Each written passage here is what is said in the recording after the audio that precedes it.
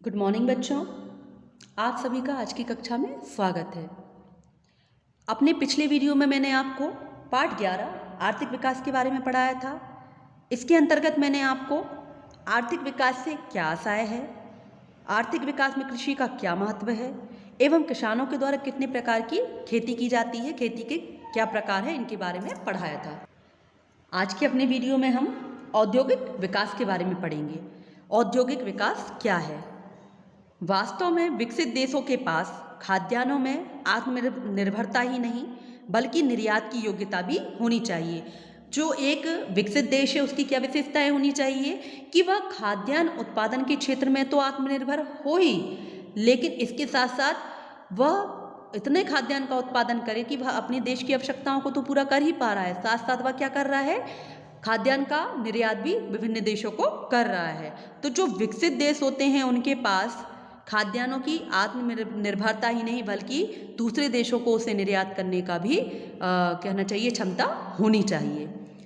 इस योग्यता में विभिन्न सुदृढ़ औद्योगिक आधारभूत उद्योग एवं उत्पादों को संसाधित करना, जैसे कपास से कपड़ा, गन्ने से चीनी, लकड़ी से कागज, बॉक्साइट से एल्यूमिनियम, लोहा से इस्पात बनाने की क्षमता होती है।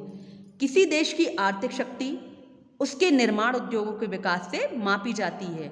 जो कोई देश है तो उसकी आर्थिक शक्ति किससे मापी जाती है? उसके निर्माण उद्योगों के विकास से मापी जाती है।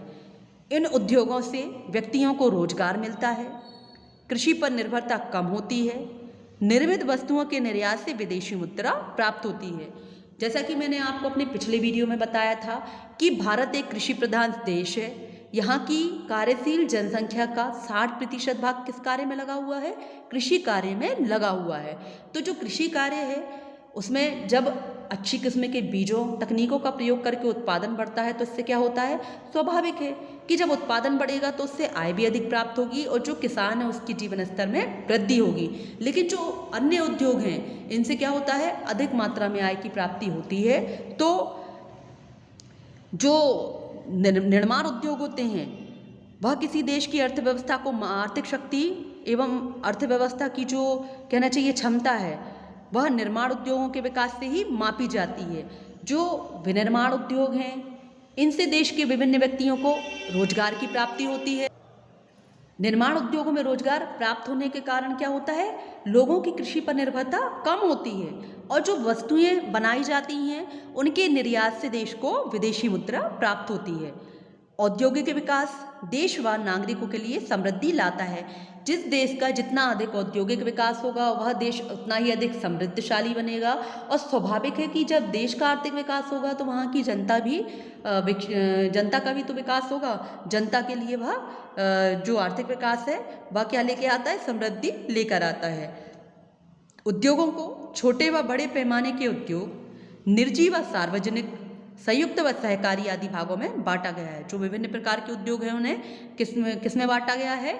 छोटे व बड़े पैमाने के उद्योग, दूसरा निजी व सार्वजनिक उद्योग, तीसरा संयुक्त व सहकारी आदि वर्गों में बांट दिया गया है। कच्चे माल के उपयोग के आधार पर भी उद्योगों को 2 वर्गों में बांटा जाता है। जो कच्चा माल है उसके उपयोग के आधार पर उद्योगों को कितने क्षेत्रों में बांटा गया है? 2 क्षेत्रों में बांटा गया है। पहला है आपका कृषि आधारित उद्योग। वे उद्योग जो कृषि पर आधारित होते हैं उन्हें कृषि पर आधारित उद्योग कहा जाता है। जैसे सूती उद्योग, जूट उद्योग, रेशम और ऊनी वस्त्र उद्योग, चीनी व खाद्य तेल कृषि से प्राप्त कच्चे माल पर आधारित उद्योग हैं। सूती और रेशमी वस्त्र बनाने में भारत का एकाधिकार प्राचीन काल से चला आ रहा है।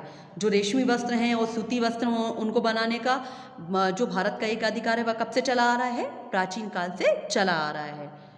भारत सूती वस्त्रों का निर्यात अधिकतर सिले सिलाए वस्त्रों के रूप में करता है। जो सूती वस्त्र हैं भारत उनका निर्यात किस तरह रूप में करता है? सिले सिलाए वस्त्रों के रूप में करता है। यह निर्यात संयुक्त राज्य अमेरिका, ब्रिटेन, रूस, फ्रांस, यूरोप, नेपाल, श्रीलंका व अफ्रीका के देशों को किया जाता है।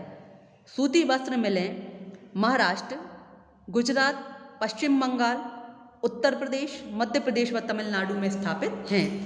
जूट एवं जूट से बने सामान भारत का दूसरा बड़ा उद्योग है। जो कृषि है वह भारत का सबसे बड़ा उद्योग है और जूट एवं जूट से बने सामान भारत का दूसरा बड़ा उद्योग है। ऊनी वस्तुओं का उत्पादन पंजाब, महाराष्ट्र, उत्तर प्रदेश, हरियाणा और राजस्थान में किया जाता है। ऊनी वस्त्र भारत से अनेक देशों में निर्यात किए जाते हैं। चीनी उद्योग के रूप में भारत का स्थान संसार में दूसरा है। जो चीनी उद्योग है उसमें भारत का स्थान कौन सा है? संसार में इसका भारत में दूसरा स्थान है। उत्तर प्रदेश व महाराष्ट्र में सबसे अधिक चीनी मिलें हैं। आंध्र प्रदेश व गुजरात में भी चीनी मिलें स्थापित की गई हैं। अभी मैंने आपको कृषि उत्पादकों पर आधारित उद्योगों के बारे में बताया था। अब है हमारा खनिजों पर आधारित उद्योग। ऐसे उद्योग जो कच्चे माल के लिए खनिजों पर निर्भर रहते हैं उन्हें क्या कहा जाता है? खनिज आधारित उद्योग कहा जाता है। जैसे लोहा और इस्पात, सीमेंट तथा रसायन उद्योग खनिज आधारित उद्योग हैं। भारत में लोहा व इस्पात का पहला कारखाना सन 1830 में पोर्ट नोवा नामक स्थान में तमिलनाडु में लगाया गया था। जो लोहा व इस्पात का पहला कारखाना है वह कहाँ लगाया गया था भारत में? 1830 में पोर्ट नोवा नामक स्थान में तमिलनाडु में लगाया गया। लोहा व इस्पात बनाने का आधुनिक कारखाना 1907 में जमशेदपुर में लगाया गया। लोहा व इस्पात एक भारी उद्योग है क्योंकि इसमें अधिक स्थान घेरने वाले कच्चे माल का उपयोग होता है। जो लोह इस्पात उद्योग है वह क्या है? भारी उद्योगों की श्रेणी में आते हैं क्योंकि इसमें जो कच्चा माल उपयोग किया जाता है वह अधिक स्थान घेरने वाला होता है। इसमें लोह अयस्क, कोकिंग कोयला, चूना पत्थर और मैंगनीज अयस्क का उपयोग किया जाता है। इसका उत्पादित माल भी भारी उद्योग होता है। जो लोह इस्पात उद्योग है इसमें जिन वस्तुओं का उत्पादन किया जाता है वह कैसे होता है? उत्पादित माल भी भारी होता है। एल्यूमिनियम एवं तांबा का प्रगलन भी भारत के बड़े उद्योग हैं। जो एल्यूमिनियम एवं तांबे का प्रगलन है वह क्या है? भारत के बड़े उद्योग हैं। इसके अतिरिक्त रासायनिक उद्योग जिसके अंतर्गत उर्वरक, कृत्रिम रेशम, कृत्रिम रबड़, प्लास्टिक की वस्तुएं, रंग रोगन तथा औषधियाँ तैयार की जाती हैं। परिवहन उपकरण जैसे रेल के इंजन, डिब्बे, मोटर वाहन आदि परिवहन उपकरण बनाए जाते हैं। वायुयान एवं पोत बनाने संबंधी बड़े एवं भारी उद्योग तथा इलेक्ट्रॉनिक उद्योग स्थापित किए गए हैं। जो भारत है यहाँ पर खनिजों पर आधारित उद्योग विभिन्न श्रेणियों में विभक्त किए गए हैं और विभिन्न खनिजों के द्वारा विभिन्न प्रकार के जो उद्योग हैं उनका विकास किया गया है। उपरोक्त सभी प्रकार के उद्योग बड़ी मात्रा में व्यक्तियों को रोजगार उपलब्ध कराते हैं। जो खनिजों पर आधारित उद्योग हैं या बड़े पैमाने पर किए जाते हैं तो इससे क्या होता है? लोगों को बड़ी मात्रा में रोजगार की प्राप्ति होती है। ये सभी प्रयास हमारे देश के औद्योगिक विकास के सूचक हैं। जिस देश में जितने अधिक औद्योगिक इकाइयों की स्थापना की जाती है, जो देश औद्योगिक विकास के क्षेत्र में अग्रणी रहता है तो इससे क्या होता है? ये सभी बातें किसी देश के औद्योगिक विकास के सूचक हैं। सेवा क्षेत्र, इस क्षेत्र में सूचना प्रौद्योगिकी, बैंक, बीमा, वित्तीय संसाधन आदि क्षेत्र आते हैं। जो सेवा क्षेत्र इसके अंतर्गत क्या आता है? प्रौद्योगिकी, बैंक, बीमा, वित्तीय संस्थान आदि आते हैं। सॉफ्टवेयर विकास के क्षेत्र में भारत दुनिया में प्रसिद्ध है। जो सॉफ्टवेयर का डेवलपमेंट है इसमें भारत क्या है? दुनिया में फेमस हो गया है। इसके बाद है आपका कुटीर व लघु उद्योग। ये चित्र क्रमांक 37 देखिए, पेज नंबर 110 में ये चित्र कुटीर उद्योग का चित्र दिया गया है। अर्थात कुटीर उद्योग के अंतर्गत परिवार के सदस्यों के द्वारा घर पे ही वस्तुएं निर्मित की जाती हैं। हमारे देश में उत्पादन और राष्ट्रीय आय की वृद्धि में कुटीर जो उद्योग है उनका क्या है? महत्वपूर्ण योगदान है। कुटीर उद्योग एक परंपरागत उद्योग है। जो कुटीर उद्योग है वह क्या है? परंपरागत उद्योगों की श्रेणी में आते हैं। इनमें कम पूंजी लगती है, तथा घर के सदस्यों द्वारा ही वस्तुएं बना ली जाती हैं। कुटीर उद्योगों में जैसा कि आपको मैंने ये चित्र क्रमांक 37 दिखाया है, देखिए कुटीर उद्योग घर के सदस्य ही वस्तुओं का निर्माण कर रहे हैं और इसमें क्या होता है, पूंजी भी कम लगती है। कुटीर उद्योगों में घर के सदस्यों द्वारा ही वस्तुएं निर्मित की जाती हैं। किसान के पास 6 माह काम रहता है। शेष 6 माह में जब भी बेरोजगार रहते हैं तब वह क्या करते हैं, इन कार्यों को करके धन कमाते हैं। जो किसान हैं जब वह खेती कार्य करते हैं तो 6 माह तक तो उनके पास काम रहता है, लेकिन उसके बाद जब वह बेरोजगार होते हैं तो वह क्या करते हैं, अपने परिवार के सदस्यों के द्वारा मिलकर वस्तुओं का निर्माण करते हैं और धन कमाते हैं। खिलौने बनाना, लिफाफे बनाना, पापड़ बड़ी बनाना, चटाई झाड़ू मसाले, बीड़ी कपड़े बुनना आदि कार्य कुटीर उद्योगों की श्रेणी में आते हैं। इसी तरह लघु उद्योग में भी कम पूंजी लगती है, कम मजदूरों द्वारा ही कार्य करा लिया जाता है। सरकार अब इन उद्योगों हेतु ऋण उपलब्ध करा रही है। जो सरकार है वह क्या कर रही है, लघु उद्योगों के लिए पूंजी उपलब्ध करा रही है और इससे उत्पादन बढ़ाने में मदद मिल रही है तथा बेरोजगारों को रोजगार प्राप्त हो रहा है। जब हमारा देश स्वतंत्र हुआ था तब हमारा देश अर्थव्यवस्था के क्षेत्र में बहुत अधिक पिछड़ गया था, उसको बहुत अधिक आर्थिक हानि हुई थी। स्वतंत्रता प्राप्ति के बाद जब भारतीय संविधान सभा द्वारा संविधान का निर्माण किया गया तो देश के आर्थिक विकास के लिए क्या किया गया, विभिन्न पंचवर्षीय योजनाओं को तैयार किया गया। इन पंचवर्षीय योजनाओं को बनाने का मुख्य उद्देश्य क्या था, इन पंचवर्षीय योजनाओं को बनाने का मुख्य उद्देश्य था देश का आर्थिक विकास करना। और वह आर्थिक विकास किस तरीके से किया जाएगा, एक सुनियोजित तरीके से किया जाएगा। कुछ उद्देश्य रखे जाएंगे और उन उद्देश्यों की पूर्ति के लिए किस प्रकार कार्य किया जाना है, यह सब इसके अंतर्गत रखा जाएगा।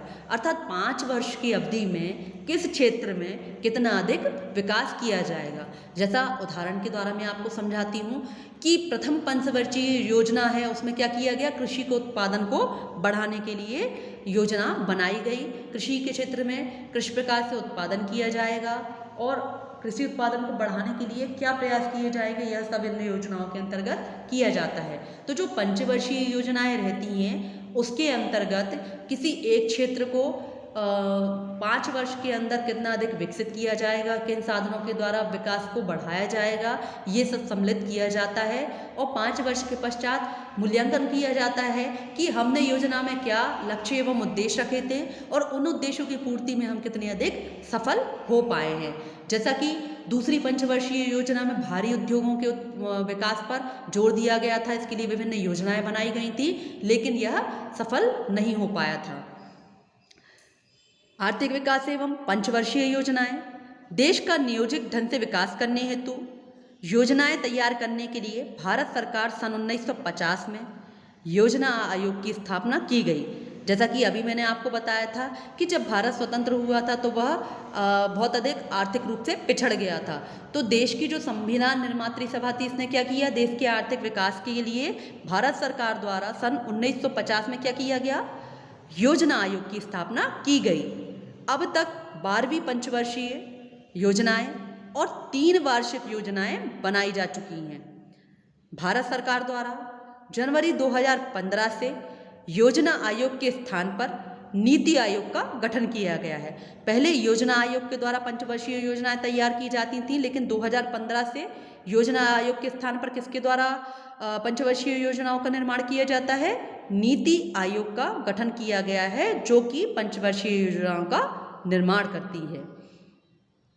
नीति आयोग रणनीतिक और दीर्घकालिक नीतियों और कार्यक्रमों को तैयार करते हुए केंद्र और राज्यों को प्रासंगिक तकनीकी सलाह प्रदान करता है। जो नीति आयोग है इसका कार्य क्या है, रणनीतिक और दीर्घकालिक नीतियों और कार्यक्रमों को तैयार करना एवं केंद्र और राज्यों को तकनीकी सलाह देना नीति आयोग का प्रमुख कार्य है। नियोजन का अर्थ साधनों, प्राथमिकताओं का निर्धारण करना तथा निर्धारित लक्ष्यों और उद्देश्यों को प्राप्त करने के लिए आगे कदम बढ़ाना। यह बात हमारी इस धारणा पर आधारित है कि आगे कदम बढ़ाने के पूर्व विचार करो और सोचो। तो यहाँ पर हमने आपको नियोजन का क्या अर्थ बताया, साधनों, प्राथमिकताओं का निर्धारण करना तथा निर्धारित लक्ष्य और उद्देश्यों को प्राप्त करने के लिए आगे बढ़ना नियोजन कहलाता है। अभी मैंने आपको बताया था कि जब देश आज़ाद हुआ तो क्या हुआ था, वह आर्थिक रूप से पिछड़ा हुआ था। तो पंचवर्षीय योजनाएं बनाने के पीछे भारत सरकार का क्या उद्देश्य था? भारत सरकार ने 1950 में जो योजना आयोग का गठन किया, तो इस योजना आयोग के द्वारा क्या किया गया, देश के सुनियोजित आर्थिक विकास के लिए विभिन्न पंचवर्षीय योजनाएं तैयार की गईं और इन पंचवर्षीय योजनाओं में कुछ लक्ष्य एवं उद्देश्य रखे गए, जिन उद्देश्यों की पूर्ति करने के लिए विभिन्न प्रकार के साधनों का प्रयोग किया गया तथा देश के आर्थिक विकास में जो कहना चाहिए योगदान दिया गया। तो जो नियोजन है उसका अर्थ है कि साधनों प्राथमिकताओं का निर्धारण करना तथा निर्धारित लक्ष्यों और उद्देश्यों की पूर्ति के लिए जो कदम है वह निरंतर आगे बढ़ाना नियोजन कहलाता है। इन्हें क्रियान्वित करने के लिए फलस्वरूप कृषि व उद्योगों के उत्पादन में वृद्धि हुई। जो विभिन्न पंचवर्षीय योजनाएं बनाई गई उनके परिणाम स्वरूप क्या हुआ, इन पंचवर्षीय योजनाओं को बनाने के बाद कृषि एवं उत्पादन के क्षेत्र में, उद्योगों के क्षेत्र में वृद्धि हुई। 11वीं पंचवर्षीय योजना में 3 बातें रखी गईं। पहला, विकास के लक्ष्य निर्धारित करना तथा उनकी प्राथमिकता निश्चित करना। दूसरा, उपलब्ध साधनों का अधिकतम उपयोग करना, जो साधन वर्तमान में उपलब्ध है उनका कैसा उपयोग करना, अधिक से अधिक प्रयोग करना। तीसरा, नियोजित विकास के फलस्वरूप उत्पादित वस्तुओं और उनसे अर्जित लाभ का न्यायोचित वितरण करना। नियोजन के माध्यम से विकास को गति देना पंचवर्षीय योजनाओं का मुख्य उद्देश्य है। जो नियोजन है उसके माध्यम से विकास को गति देना पंचवर्षीय योजनाओं का क्या है, मुख्य उद्देश्य है। 12वीं पंचवर्षीय योजना की अवधि मार्च 2017 में समाप्त हो चुकी है। जैसा कि मैंने अभी आपको बताया कि अब तक 12 पंचवर्षीय योजनाएं एवं 3 वार्षिक योजनाएं बन चुकी हैं। तो जो 12वीं पंचवर्षीय योजना की अवधि है वह कब खत्म हो गई है, 2017 में समाप्त हो गई है। किसान क्रेडिट कार्य योजना किसानों की आर्थिक स्थिति सुधारने के लिए सन 1998-99 में किसान क्रेडिट कार्ड योजना विभिन्न माध्यम से प्रारंभ की गई। इसके अंतर्गत किसानों को कृषि भूमि के आधार पर उचित मात्रा में अल्पकालीन ऋण न्यूनतम ब्याज पर उपलब्ध कराया जाता है। इसके साथ साथ फसलों का बीमा कराकर किसान के जोखिम को कम कर दिया जाता है। किसान को भी बीमा लाभ की सुविधा प्रदान की जाती है। जो किसान क्रेडिट कार्य है इसका मुख्य उद्देश्य क्या है, जो किसान क्रेडिट कार्य योजना है वह विभिन्न बैंकों के द्वारा क्यों प्रारंभ की गई है, किसानों की आर्थिक स्थिति सुधारने के लिए प्रारंभ की गई है। इसके अंतर्गत कृषि भूमि के आधार पर किसानों को अल्पकालीन ऋण सुविधा न्यूनतम ब्याज पर, जो किसान हैं जब वह साहूकारों और जमींदारों से ऋण लेते हैं तो वह क्या करते हैं, उनसे ब्याज के रूप में मोटी रकम वसूल करते हैं। और किसान जो रहता है जब वह उत्पादन करता है और उसे मोटी रकम जमींदारों को या साहूकारों को देनी पड़ती है तो क्या होता है, उसके पास जो आय होती है उसका बहुत सा भाग तो वह जमींदारों साहूकारों को दे देता है, इससे उसे कम फायदा होता है। तो जो किसान क्रेडिट योजना है इसके अंतर्गत क्या किया जाता है, किसानों के जोखिम को कम किया जाता है, उसे किसान बीमा प्रदान किया जाता है। एवं जो किसान हैं यदि उन्हें पैसा उधार लेना होता है तो वह क्या करते हैं, उनके लिए कम ब्याज पर ऋण उपलब्ध कराते हैं। किसान को बीमा लाभ की सुविधा भी प्रदान की जाती है। फसल बीमा योजना किसानों की फसलों की विभिन्न प्राकृतिक आपदाओं जैसे अतिवर्षा, अल्पवर्षा, पाला, कीट एवं बीमारियों के प्रकोप से सुरक्षा प्रदान करने के उद्देश्य से सरकार द्वारा फसल बीमा योजना प्रारंभ की गई। यहाँ पर मैं एक बार आपको फिर से स्पष्ट कर दूं कि जो भारतीय कृषि है वह मानसूनी कृषि है। भारतीय कृषि मानसून पर आधारित है, इसलिए इसे मानसून का जुआ भी कहा जाता है। अत्यधिक वर्षा होने के कारण फसलें खराब होती हैं, समय पर वर्षा न होने के कारण, कम वर्षा होने के कारण भी फसलें खराब होती हैं, जिसका सीधा सीधा असर किस पर पड़ता है, किसान पर इसका सीधा असर पड़ता है। अतः सरकार के द्वारा किसान के जोखिम को कम करने के लिए फसल बीमा योजना प्रारंभ की गई है। और इस योजना का मुख्य उद्देश्य क्या है, प्राकृतिक आपदाओं जैसे अतिवर्षा, अल्पवर्षा, पाला, कीट, बीमारियों के प्रकोप से सुरक्षा प्रदान करने के उद्देश्य से फसल बीमा योजना प्रारंभ की गई, जिसके अंतर्गत बीमित फसल को क्षति होने पर उसकी भरपाई के रूप में निश्चित राशि उपलब्ध कराई जाए, किसान की सहायता की जाए ताकि कृषि के कार्य को बढ़ावा दिया जाता है। इसके बाद है आपका मुख्य आर्थिक समस्याएं। प्राचीन काल में भारतीय अर्थव्यवस्था समृद्ध एवं विकसित थी। जो प्राचीन काल था उसमें क्या थी? भारतीय अर्थव्यवस्था समृद्ध एवं विकसित थी। भारत में आर्थिक क्षेत्र में आत्मनिर्भरता थी। सिंधु घाटी की सभ्यता के समय मिट्टी के बर्तन, धातु उद्योग, भवन निर्माण उद्योग उन्नत अवस्था में था। जो हमारी प्राचीन भारतीय अर्थव्यवस्था थी वह कैसी थी? उन्नत एवं समृद्धशाली थी। लेकिन सैकड़ों वर्षों की परतंत्रता के बाद, ब्रिटिश कंपनियों की गुलामी के बाद जब भारत स्वतंत्र हुआ तो क्या हुआ? इसकी अर्थव्यवस्था पूर्ण रूप से ध्वस्त हो गई। भारत में आर्थिक क्षेत्र में प्राचीन काल में आत्मनिर्भरता थी। सिंधु घाटी सभ्यता के समय मिट्टी के बर्तन, भवन निर्माण उन्नत अवस्था में था। मध्यकाल में भारतीय रेशम की मांग विदेशों में इतनी अधिक बढ़ गई थी कि रोम की निवासी रेशमी वस्तुओं के भार के बराबर सोना देने को तत्पर रहते थे। ईस्ट इंडिया कंपनी प्रारंभिक वर्षों में बहुमूल्य धातुओं के बदले भारत में बने कपड़े, मसाले व कुटीर उत्पाद खरीदती थी। बाद में स्थितियों में परिवर्तन हुआ। जो ब्रिटिश ईस्ट इंडिया कंपनी थी, इसने अपने लाभ के लिए, अपने फायदे के लिए लगातार भारतीय जो उत्पादक थे उनका शोषण किया और धीरे धीरे भारत में क्या हुआ? जो भारत के उद्योग धंधे थे वह धीरे धीरे नष्ट हो गए और भारत की स्थितियों में परिवर्तन हो गया। स्वतंत्रता प्राप्ति के 6 दशकों में हमने विकास के बहुत से कार्य किए। जैसा कि मैंने अभी आपको बताया कि स्वतंत्रता प्राप्ति के बाद देश के आर्थिक विकास के लिए विभिन्न पंचवर्षीय योजनाओं का निर्माण किया गया और विकास के लिए विभिन्न क्षेत्रों को चुना गया और इन योजनाओं के कारण ही 6 दशकों के बाद हमने विकास के बहुत से कार्य किए हैं एवं उनका लाभ भी लिया है। किंतु आज भी हमारे समक्ष बहुत सी आर्थिक समस्याएं खड़ी हैं, जिनमें प्रमुख रूप से जनसंख्या वृद्धि, निर्धनता, बेरोजगारी एवं मूल्य वृद्धि का सामना हमें करना पड़ रहा है। जो आपकी प्रमुख आर्थिक समस्याएं हैं, इनके अंतर्गत मैंने अभी आपको बताया जनसंख्या वृद्धि, निर्धनता, बेरोजगारी एवं मूल्य वृद्धि आदि प्रमुख आर्थिक समस्याएं हैं। आज के अपने वीडियो में हम इतना ही पढ़ेंगे और इन समस्याओं के बारे में डिटेल में हम अपने अगले वीडियो में पढ़ेंगे। Thank you.